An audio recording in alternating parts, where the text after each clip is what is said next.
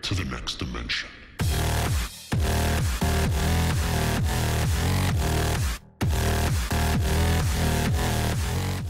Hey guys, this is Undercover Dudes all the way from Down Under with another episode of Q&A with UCD. Now in the last episode you guys asked a shit ton of questions, so this episode is going to be a bit longer and hopefully you guys enjoy that. Now the first question is by Troll Sensitive and he goes and asks, if you had the power to make one update of your choice in CA, what would it be? Now I think this is a fairly obvious question, and that is Australian servers. That's the main reason why I don't play Combat Arms as much as I do. I love CA, it's such a fantastic game. However, the lag is just really bad. The registry is so off, and literally, I'll shoot somebody, know I've killed them because I played CA when it wasn't as laggy, and then boom, maybe a second or two later, I'll actually get the kill. It's that bad, and you can especially see it in sniper rifle shots if I have any of those in this video. Now, CA for Life goes and asks, what is your opinion on people who have too much swag? Do you really hate them? Do you like them? I like them. I like them a lot. Swag is good. Swag is good. Swag's bad. Swag is good. There's a bit of a difference there, guys. Make sure you know your difference of swag and swag. Now, Master Boxing Ninja goes and asks, do you think there's a better FPS than CA? And do you think there can be something better? Well, yeah, that's the kind of same question. But the point remains, do you think there's a better FPS than CA? And I have to say, definitely. There is definitely better first-person shooters and Combat Arms out there. Because if you're talking free-to-play first-person shooters, I would say, like, I don't know, PlanetSide 2, Team Fortress 2, what else? Warface, they're pretty good games.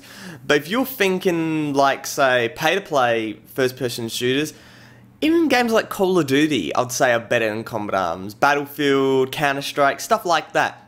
CA is a very old game, and the one thing that's going for it is a lot of maps, a lot of modes, a fairly decent player base, and a lot of guns. A lot of guns. A lot of guns in CA, and that's why it has this massive appeal.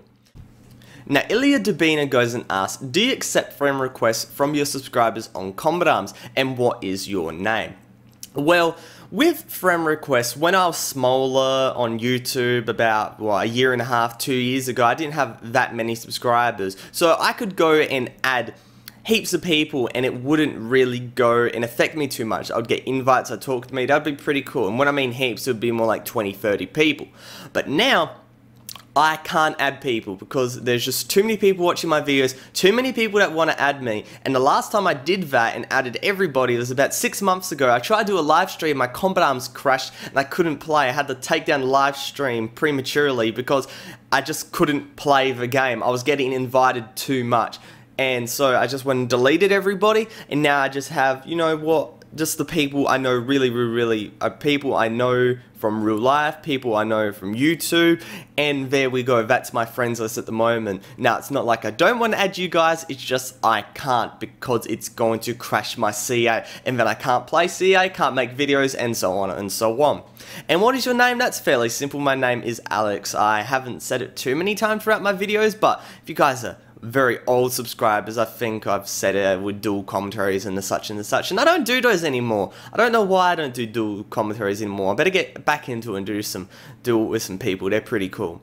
Combat Dudes goes and asks, how did you get into Combat Arms? And to be perfectly honest, I don't remember. I think I was one day when I was really young, just searching up stuff on Google just for games and stuff, because I remember I was on dial-up speed, which is really slow internet. I'm pretty sure a lot of you guys haven't even experienced dial-up, but it's absolute hell. It's horrible, but I had dial-up speed, and then we moved over to broadband, and when it was broadband, I could actually play online games. I've been playing video games for a lot of my time when I was younger, like on the PlayStation, Gran Turismo, Ratchet & Clank, so on and so on, and I moved over to the first-person shooters as well.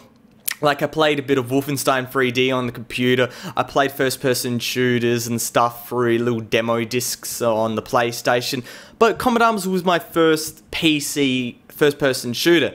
and I think just moving into that, just because I typed in first person shooter, found it, downloaded it, made an account, and there we go. That's just how I got into it. There was no real people telling me, oh, there we go, blah, blah, blah. It was just, you know, whatever I did, and I got into the game.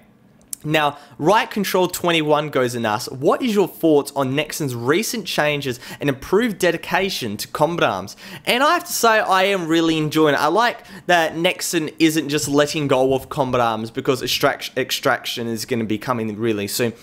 They said the extraction and combat arms, completely different dev teams, and they're going to be supporting both equally, and I really like that. I like how they're dedicating a lot, like they dedicated that month to bug fix scenes and all of that, and Combat Arms 3.0 is just making the game a lot better in my opinion. And I have to say, I am I'm proud of Nexon, because all last year they did absolutely jack shit, like, or not 2013, 2012, they didn't really do anything. They just kind of let the game go by, added some new stuff. 2013 they really did put their foot down and actually put a lot of new changes in the combat arms, and I believe that was because the combat arms Korea dev team came over for a couple months, and they worked side by side and did some really good stuff, so big thumbs up to them.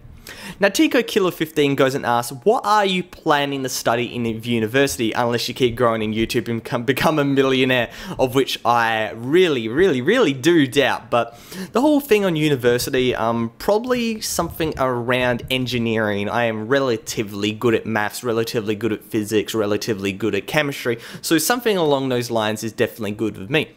I know I like working with numbers, I like working with computers, and it just keeps me really broad. The subjects I'm doing this year, it could take me anywhere. I'm thinking about going down the engineering side, but for what I'm doing, I could do something completely, do a complete 180 and just look at something else in a completely different light. So I have an idea, but it's not something that I am absolutely focused on at the moment. My focus now is basically my studies, and then later run down the line this year, I'll actually work out courses and the such. Now, Mudkips goes and asks, if you had to give up on your top 5 plays, would you create a final episode for your channel and pass it on to someone else, or would you just end it there? And this is a question I've thought myself for quite a long time, because it's gonna happen one day, I think. I think Combat Arms, either the game may die, and if that case, of course we're gonna just shut off the series and then you can't be any more, you know, can't be any more episodes. But if I went and quit YouTube, and I don't know if I would give it on to somebody. I think that's the kind of thing that's happened without the life of the top 5, with the life of the top 5 plays throughout YouTube, because before Larry, it was, I believe, some guy called CL Media, and then Larry picked it up, and then Larry gave it over to me, and I've been doing it ever since. So just following tradition, I would give it on to somebody else, but I'm not exactly sure who would be suitable to go and do that. And it is quite a stressful thing, and I don't know, I like having the control for myself. I don't know if that's greedy, but I like doing the top 5 plays myself, because I really enjoy doing it, and someone else doing it would just feel a bit weird for me, because I don't know, I'm just talking words, but I don't know what happened in top 5 plays. That's a question I can't relatively go and answer. Now, I am Akame1 goes and asks, what's your favourite champion overall in LoL? Now, I know a lot of you guys don't watch LoL, but I know, chuck a LoL question in there, and that's Vayne, because Vayne's a beast in 1v5 the team if you're fed enough. It's absolutely fantastic to play, and she's just a really good, mechanically difficult, but very fulfilling champion if you get the right situations.